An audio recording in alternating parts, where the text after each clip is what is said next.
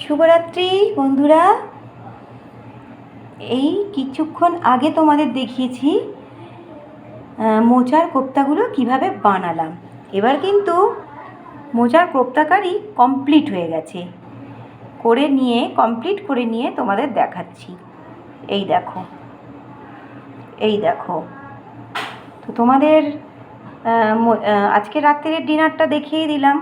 মোচার কোপ্তা কারি, রুটি আর হচ্ছে মিহিদানা। এই হলো আমার আজকের ডিনার। আর কিভাবে কোপ্তা কারিটা বানিয়েছিলাম তোমাদের তো বলেই দিলাম। তবে একটা জিনিস শুনে রাখো, বড়াগুলো ভেজে তুলে নিয়ে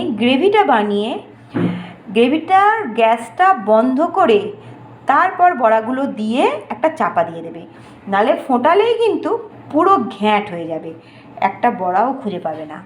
আমি সেইভাবেই বানিয়েছি। তোমাদের যদি ভালো লাগে প্লিজ প্লিজ প্লিজ একটা শেয়ার করে দিও আর একটা কমেন্টও করো। তোমরা যদি নতুন কিছু রান্না দেখতে চাও প্লিজ কমেন্টে একটু জানিও। এখন রাখছি, আসছি পরের ভিডিওতে।